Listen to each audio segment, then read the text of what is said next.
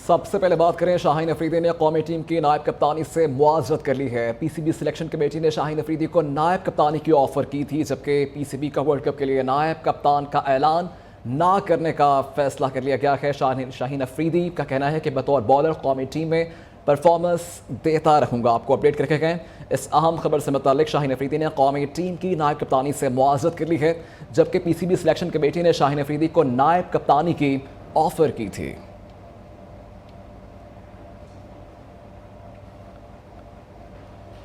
ملکی معیشت کے استحکام اور بیرونی سرمایہ کاری لانے کا مشن، وزیر اعظم شہباز شریف کی زیر صدارت ایپیکس کمیٹی اجلاس جاری ہے، جبکہ ایس آئی ایف سی کا سرمایہ کاری کے لیے کوششوں پر اطمینان کا اظہار، چاروں صوبوں کی طرف سے مدد اور تعاون کی یقین دہانی کروا دی گئی ہے۔ بیرونی سرمایہ کاری کے لیے عسکری قیادت کی کوشش اور تعاون کو سراہا گیا ہے۔ وزیر اعظم کی دورہ سعودی عرب اور یو اے ای بارے بریفنگ دی گئی، جبکہ شہباز شریف کہتے ہیں کہ سرمایہ کاری میں کوئی رکاوٹ برداشت نہیں کی جائے گی۔ وزیر اعظم کی متوقع دورہ چین بارے شرکاء کو اعتماد میں لیا گیا۔ ایپیکس کمیٹی اجلاس میں وفاقی وزراء اور army chief general Asim Munir اجلاس میں شریک ہیں، جبکہ چاروں وزرائے اعلیٰ اور چیف سیکرٹریز بھی اجلاس میں موجود ہیں۔ اس سے متعلق ہمیں مزید اپڈیٹ کریں گے نمائندہ خصوصی طارق عزیز ہمارے ساتھ موجود ہیں۔ جی طارق، بتائے گا اجلاس کا احوال۔ بالکل، اجلاس 2 گھنٹے سے جاری ہے۔ بڑا امپورٹنٹ اجلاس اس حوالے سے ہے کہ 2 بڑے اسلامی ممالک دوست بھائیوں نے ایک بڑی ہیوی انویسٹمنٹ کا جو ہے یقین دہانی کی ہے۔ وزیر اعظم حالیہ 2 دن پہلے جو یو اے ای سے واپس آئے ہیں تو انہوں نے $10 بلین کی انویسٹمنٹ کی ہے، تو اس کے اوپر جو ہے اجلاس کو بریفنگ دی گئی ہے کہ کن کن شعبوں میں یہ انویسٹمنٹ کی جا سکتی تھی کی جائے گی۔ اسی طرح سعودی عرب سے کے جو ہے ہونے والے دورے کو اعتماد میں دیا ہے۔ سعودی عرب نے جو ہے ریکوڈک میں اور گوادر میں آئل ریفائنری لگانے کے 2 بڑے پروجیکٹوں میں دلچسپی کا اظہار کیا ہے۔ اس تمام بریفنگ کے بعد اجلاس کے شرکاء نے اس پہ اطمینان کا اظہار کیا، اور اجلاس میں جو اس سے پہلے ہونے والے اجلاس کی کارروائیوں کا جو ہے منٹس بھی دیکھے گئے اور اس کی پیش رفت کا جائزہ لیا گیا۔ عسکری قیادت نے سول گورنمنٹ کی طرف سے کوششوں کو سراہا، اور جو ہے سول حکومت کی طرف سے، فوج کی طرف سے، عسکری قیادت کی طرف سے تعاون مدد کا کی جو یقینی بنانے کے تعاون کو گزارا گیا۔ تاہم سیکورٹی کے ایشوز کے اوپر بڑی تفصیلی بات ہوئی اور اس بات اتفاق کیا گیا کہ عسکری قیادت اور سول قیادت کی طرف سے بیرونی سرمایہ کاروں کو ہر صورت میں سیکورٹی فراہم کی جائے گی۔ اس میں کسی قسم کی کوتاہی کمی برداشت نہیں کی جائے گی۔ یہ بڑا واضح اور سہولت اور بیرونی سرمایہ کاروں کو سہولتیں دی جائیں گی۔ اس کے اوپر جو ہے مزید جو ہے کمیٹیاں بنائی جائیں گی اور ان کی سیکورٹی کی فراہمی کے لیے بالخصوص چائنیز کی سیکورٹی کی فراہمی کے اوپر کوئی کمپرومائز نہیں کیا جائے گا۔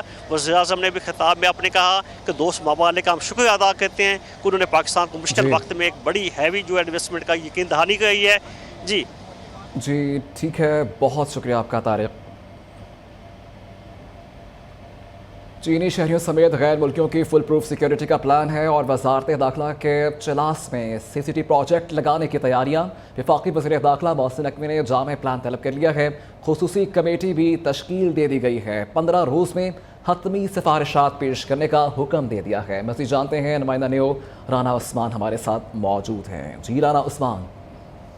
جی بالکل، چینی اور غیر ملکی شہریوں کی fool proof security plan Dasu اور چلاس میں سیف سٹی پروجیکٹ لگانے کی تیاریاں مکمل کر لی گئی ہے، جبکہ وفاقی وزیر داخلہ محسن نقوی نے جامع پلان جو ہے وہ طلب کر لیا۔ خصوصی کمیٹی تشکیل دی گئی ہے جو 15 روز میں حتمی سفارشات جو ہے وہ پیش کرے گی، جبکہ داسو اور چلاس میں یہ سیف سٹی پروجیکٹ لگایا جائے گا۔ اس حوالے سے جبکہ داسو اور چلاس میں سیف سٹی کا قیام اسلام آباد اور لاہور کی طرح جدید تقاضوں کے مطابق جو ہے عمل میں لایا جائے گا۔ وزیر داخلہ نے مزید اس اجلاس میں کہا کہ سیف سٹی کا مقصد صرف کیمرے لگانا نہیں، بلکہ ایسا نظام جو جدید ٹیکنالوجی اور مصنوعی ذہانت کے ٹولز سے لیس ہو، جبکہ سیف سٹی پروجیکٹ سے اس علاقے کی نگرانی۔ جی ٹھیک ہے، بہت شکریہ آپ کا۔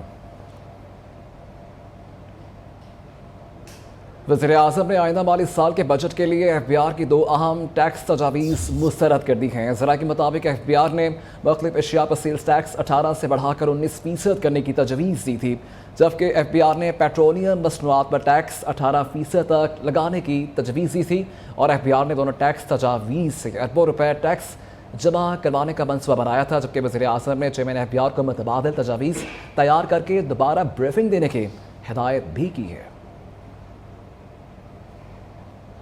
الحمدللہ پاکستان اور پاکستانی عوام کے اچھے دن آ رکھے ہیں. روٹی سمیت دیگر اشیاء کے نرخ سمیت مہنگائی مزید کم ہوگی.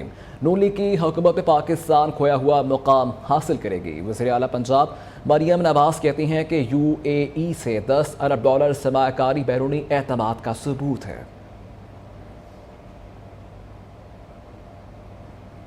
وفاقی وزیر امیر مقام نے KP کے بجٹ کو مذاق قرار دے دیا. کہتے ہیں کہ KP حکومت کو وفاق سے پیسے ملے نہیں، بجٹ بنا دیا ہے. پہلے وفاق بجٹ بناتا ہے، بعد میں صوبوں کی باری آتی ہے. ڈیم اور گرڈ اسٹیشن کو بند کرنے کی دھمکیوں سے عوام کو گمراہ نہیں کیا جا سکتا. وزیر اعلیٰ علی امین کنڈراپور بھڑ کے ماننے کے بجائے صوبے کو بہتر طور پر چلائیں. PTI حکومت صوبے کے عوام کی توہین کر رہی ہے.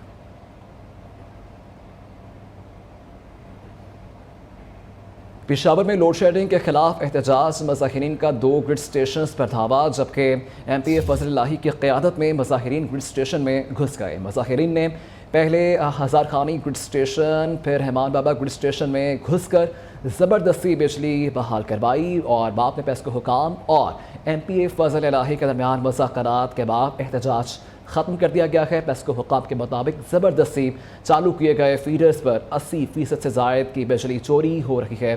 پشاور سے رپورٹ کر رہے ہیں جمیل خان.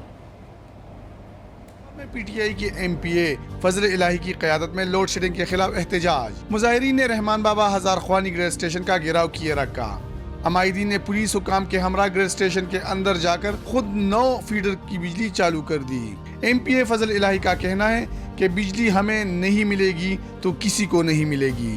جب میں نے دکھائے جا کے ان لوگ وہ آئے مجھے کہتے ہیں MPA صاحب آپ نے دکھائے. میں نے کہا بالکل میں نے دکھائے، ہم تو دکھاتے رہیں گے، ہم تو چھوڑیں گے نہیں، ہم نے کسی حال میں نہیں چھوڑنا ہے ان کو، ٹھیک ہے نا. تو یہ 10 گھنٹے لوڈ شیڈنگ، اس کے بعد جو ہیں میٹر لگائیں گے. جو انہوں نے لائنیں کاٹی ہیں ادرخانی 2 میں شلوزان میں اور وہ بحال کریں گے. پیسکو کی وضاحت کے بعد MPA فضل الہی اور گریڈ اسٹیشن انتظامیہ کا متعلقہ فیڈر پر 10 گھنٹے تک لوڈ شیڈنگ پر اتفاق ہو گیا. MPA فضل الہی نے کنڈوں کے خلاف مہم میں تعاون کی یقین دہانی کراتے ہوئے احتجاج ختم کر دیا. پیسکو حکام کے مطابق زبردستی چالو کیے گئی فیڈر پر 80% سے زائد کی بجلی چوری ہو رہی ہے. متعلقہ علاقوں میں آپریشن بھی جاری ہے. کیمرامین محمد عباس کے ساتھ جمیل خان، نیو نیوز، پشاور. بجلی چوری ہونے کی سزا پورے کراچی کو نہیں دی جا سکتی. سندھ حکومت بجلی چوری کو سپورٹ نہیں کرے گی. بجلی لوڈ شیڈنگ پر الیکٹرک کی پالیسی سمجھ سے باہر ہیں. وزیر بلدیات سعید غنی کہتے ہیں کہ جو بل دیتے ہیں انہیں بجلی ملنی چاہیے. بجلی چوری کا بوجھ بھی بل ادا کرنے والے اٹھاتے ہیں.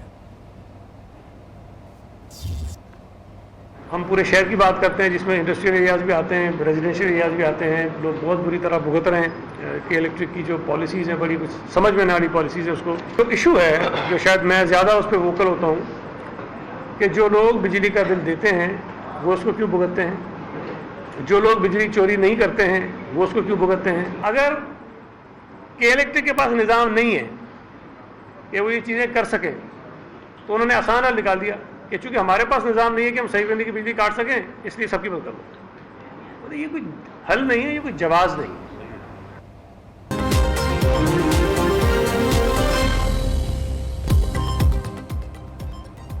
سندھ میں سرکاری افسران کا غیر رجسٹرڈ اور پرائیویٹ گاڑیوں پر جعلی نمبر پلیٹس لگانے کا انکشاف. چیف سیکرٹری نے تمام محکموں کے سربراہوں کو مراسلہ ارسال کر کے تہلکہ مچا دیا.